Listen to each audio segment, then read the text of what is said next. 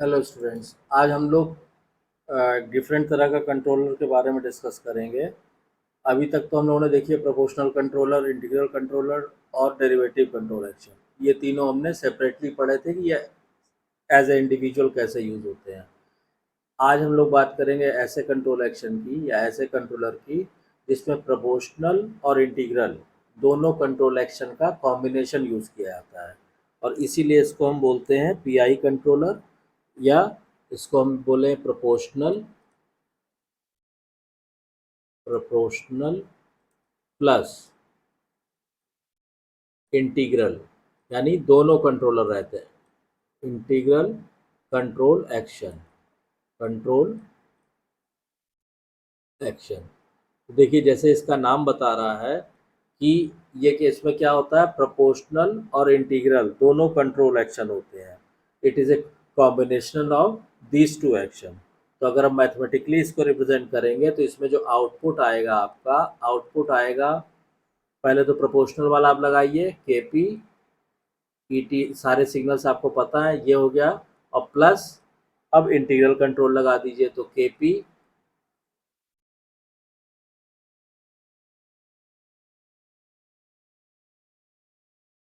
Into के आई, ये integral controller constant आ गया, 0 to t E T D T. ये इसके आउटपुट की इक्वेशन आती है। देखिए, ये प्रोपोर्शनल कंट्रोलर हो गया, ये इंटीग्रल कंट्रोलर हो गया। ठीक, तो this is the output equation for P I controller. अब इसमें मान लीजिए, इसको हम इस तरह भी लिख सकते हैं कि इस के आई को हम क्या लिख सकते हैं, 1/ti भी लिख सकते हैं। तो इसको हम ऐसे लिख सकते हैं, M T is equal to हो गया K P E T plus K P, और के आई को हम क्या लिख सकते हैं, 1/ti। ठीक है, और 0 to t E T D T. This is the output equation of P I controller. अब हम क्या करेंगे, जैसे अभी तक हम लोग करते आए हैं, taking Laplace transform both side. तो ये क्या हो जाएगा, ये हो जाएगा M S is equal to K P E S plus K P upon T I, K P upon T आई, और इसका इंटीग्रेशन आप करेंगे तो आ जाएगा 1/s ई एस। तो ये हो गया। ठीक है, तो या इसको और सिंप्लीफाइड फॉर्म में हम लिख सकते हैं, ई एस कॉमन ले लें तो क्या आ जाएगा, 1+1/s ti इंटू के पी। तो ट्रांसफर फंक्शन अगर हम लिखेंगे तो आउटपुट बटे इनपुट, इनपुट क्या है, ई एस। तो ट्रांसफर फंक्शन इसका क्या आ जाएगा, ये आ जाएगा के पी, ठीक है, 1+1/s ti। ये पी आई कंट्रोलर का ट्रांसफर फंक्शन आ गया। अब इसका जब ट्रांसफर फंक्शन आ गया, ब्लॉक डायग्राम ड्रॉ करना आप लोग सीख चुके हैं। इसका ब्लॉक डायग्राम अगर बनाना चाहें तो आप इसको फटाक से यहाँ पे ड्रॉ कर सकते हैं। ये आपने क्या लिया, ये आपने लिया समिंग पॉइंट। ठीक, ये इनपुट सिग्नल आ गया, ये इधर फीडबैक सिग्नल आ गया, इनका जो भी डिफरेंस होगा वो आपका ये एरर सिग्नल आ गया, क्या, ई एस। और इसके साथ आप एक ब्लॉक लगाइए जिसका गेन कितना है, 1 तो के पी इंटू 1+1/STI। ठीक है, और यहाँ पे आपको ये आउटपुट मिल जाएगा MS। तो ये पीआई कंट्रोलर का ब्लॉक डायग्राम आ गया। अब इसमें देखिए, इसमें मेन चीज़ आपको क्या देखने वाली है कि इस इक्वेशन में ये जो हमने ट्रांसफर फंक्शन निकाला है, इसमें आप देख रहे हैं ये जो के पी है और के आई, इन दोनों की वैल्यू हम एडजस्ट कर सकते हैं, यानी दे आर एडजस्टेबल। ठीक है, टी आई, अच्छा टी आई क्या होता है, T I is called, T I को क्या बोलते हैं, T I is called integral time, integral time. ठीक है, तो the inverse of integral time is called reset rate. तो 1/ti जो होता है, 1/ti ये कहलाता है रीसेट रेट। और रीसेट रेट की अगर डेफिनेशन की बात करें तो रीसेट रेट क्या होता है? Reset rate is defined as the number of times per minute that the proportional part of the response is duplicated. ये आप समझ लीजिए। फिर से मैं रिपीट कर रहा हूँ कि रीसेट रीसेट टाइम जो है या रीसेट रेट क्या होता है कि number of times per minute, एक मिनट में कितनी बार प्रोपोर्शनल पार्ट जो है उसका रिस्पॉन्स डुप्लीकेट होता है, that is called reset time. Therefore इसीलिए रीसेट रेट को हम रिपीट्स पर मिनट भी बोलते हैं। ये तो इससे क्या हो जाएगा आपको याद भी, रिपीट्स पर मिनट। तो यानी ये आपको ध्यान रखने वाली चीज है कि रीसेट रेट क्या होता है। रीसेट रेट वो टाइम है, ठीक है, नंबर ऑफ टाइम्स, ठीक है। तो रीसेट रेट मतलब एक मिनट में जो प्रोपोर्शनल पार्ट है रिस्पॉन्स का वो कितनी बार डुप्लीकेट होता है, that is called reset rate. अब इसका मान लीजिए अगर हम रिस्पॉन्स का जो है फिगर बनाएंगे, तो अगर हम कोई स्टेप से, मान लीजिए हमने का कोई स्टेप सिग्नल, हमने इनपुट सिग्नल ले लें और उसका जो है हम आउटपुट बनाते हैं। तो सपोज कीजिए ये हमने लिया इस तरह, ठीक, ये हमारा क्या हो गया, ये एरर सिग्नल आ गया हमारा, दिस इज एरर सिग्नल, ठीक। यहाँ पे एक्स एक्सिस पे क्या शो करेंगे, टाइम, ये ऑब्वियस सी बात है 0 हो गया। अब मान लीजिए स्टेप सिग्नल है हमारा इस तरह, time t1, this is time t1।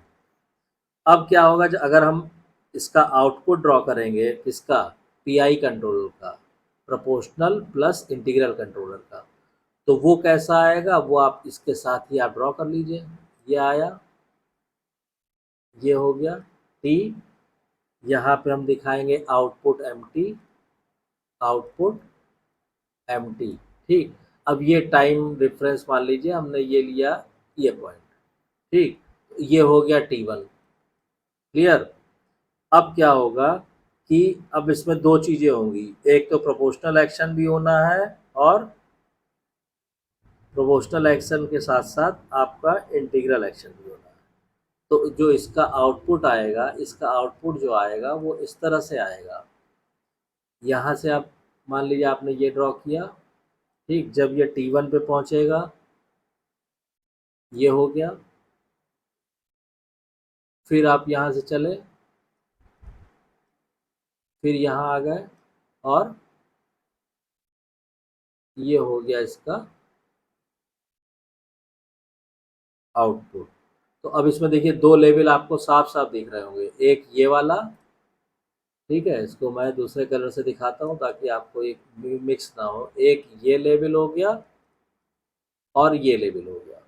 तो अब इसमें देखिए ये जो यहाँ से ये है, ये तो प्रोपोर्शनल आउटपुट है एमपी, ठीक है, और एमपी किसकी वजह से होगा, आप यहाँ ये किसकी वजह से होगा, ड्यू टू प्रोपोर्शनल एक्शन, ठीक। और ये जो पार्ट है ये होगा एम आई, ये किस वजह से होगा, ये होगा M I, that is due to integral action, integral action, ठीक। तो पी आई, अब मान लीजिए ये आपने कोई टाइम ले लिया यहाँ पे, जहाँ से ये स्टेप आगे ऊपर गया है, ये जहाँ से इंटीग्रल एक्शन शुरू हुआ, ये हो गया T2, ठीक। तो ये T1 और T2 के बीच का जो टाइम है that is called T I, this is T I, clear. तो जो पी आई कंट्रोलर है उसका आउटपुट इस तरह आएगा। अब इसको अगर हम डिस्कस करना चाहें तो इस तरह करिए, देखिए the error varies at T equal to T1, यहाँ देख रहे हैं ये आ रहा है, उसके बाद टी इक्वल टू T1 पे ये वेरी कर गया, तो the error varies at T equal to T1, the output of the controller suddenly changes to MP due to proportional action. तो यहाँ पे ये जो एरर सिग्नल है T1 पे ये चेंज हो रहा है और इसी टाइम पे आउटपुट, ये जो आउटपुट आ रहा है ये देखिए सडनली चेंज हो गया, यहाँ आ गया, ठीक। तो किस वजह से आ गया, due to proportional action. After that controller output changes linearly with respect to time at a rate of kp by t। इसके बाद जो आउटपुट है वो लीनियरली चेंज होता है with respect to time at a rate of Kp by T. ठीक, तो ये तो हो गया आपका सिंपल इसका पीआई कंट्रोलर का। अब मान लीजिए हमने कहा ये तो हो गया जब यहाँ स्टेप यहाँ पे T1 पे एरर सिग्नल चेंज हो रहा है। अब मान लीजिए हमने कहा कि फॉर यूनिट स्टेप, अगर हम हमारा जो यूनिट स्टेप सिग्नल है वो T1 इक्वल टू 0 पे ही चेंज कर रहा है, तो रिस्पॉन्स कैसा होगा? द रिस्पॉन्स विल बी, समझ रहे हैं, मतलब इस T1 की बजाय यहीं पे 0 पे ही चेंज हो जा रहा है। तो अब इसका जो आउटपुट रिस्पॉन्स आएगा उसको आप ड्रॉ करेंगे, तो वो जो फिगर आएगी आपकी, मान लीजिए हमने कहा ये एरर सिग्नल है, सपोज कीजिए T और 0, और ये हम दिखा रहे हैं दिस इज एरर सिग्नल। ठीक, अब इसमें क्या है, इसमें वो कह रहा है कि एट T इक्वल टू 0 पे ही यूनिट स्टेप है, मतलब ये आपका सिग्नल, एरर सिग्नल यहीं पे ये चेंज हो जा रहा है इस तरह। ठीक, अब इसका जो आउटपुट रिस्पॉन्स आएगा वो देखिए इस तरह आएगा। मान लीजिए ये आपने T लिया, इधर आप क्या दिखाएंगे, MT दिखाएंगे। ठीक है, अब क्या होगा कि सपोज देखिए 0 पे ही जब ये चेंज हो रहा है तो Kp तक तो 0 पे ही आएंगे हम। ठीक है, 0 वैल्यू पे ये जो 0 वैल्यू है Kp तो यही हो जाएगा, ये ऐसे, ये हो गया Kp। इसके बाद क्या होगा, इसके बाद ये स्लोप आ जाएगा इस तरह, जो Kp बाई टी के हिसाब से, Ti के हिसाब से चेंज करेगा। ये मान लीजिए हमने शो किया यहाँ पे ये 2Kp, तो 2Kp मतलब ये आ जाएगा आपका टाइम Ti।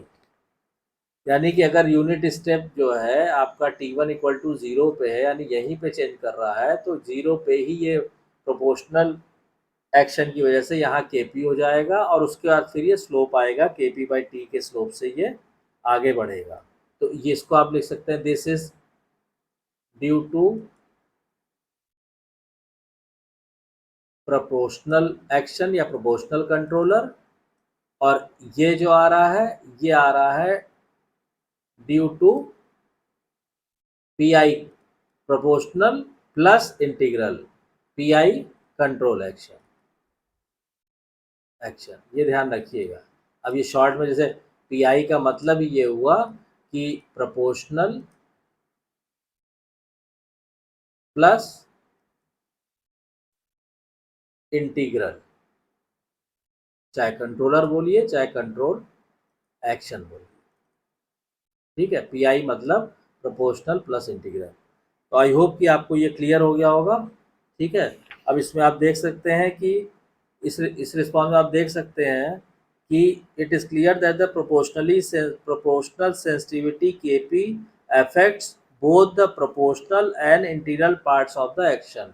तो ऑब्वियस सी बात है कि जो Kp की वैल्यू है वो प्रोपोर्शनल पार्ट मतलब इसको भी अफेक्ट कर रही है। भाई Kp कम होगा तो ये यहीं तक होगा, Kp ज़्यादा होगा तो यहाँ तक जाएगा, और प्लस चूंकि इसका रेट क्या है Kp बाई Ti, तो जो आपका इंटीग्रल वाला पार्ट है उसको भी अफेक्ट कर रहा है Kp, और जो प्रोपोर्शनल वाला पार्ट है उसको भी, यानी इसके स्लोप को मतलब इसको, तो Kp की जो वैल्यू है वो प्रोपोर्शनल पार्ट को भी अफेक्ट कर रही है और इंटीग्रल पार्ट को भी अफेक्ट कर रही है। ये चीज़ आपको ध्यान देना वाली है और इम्पॉर्टेंट है।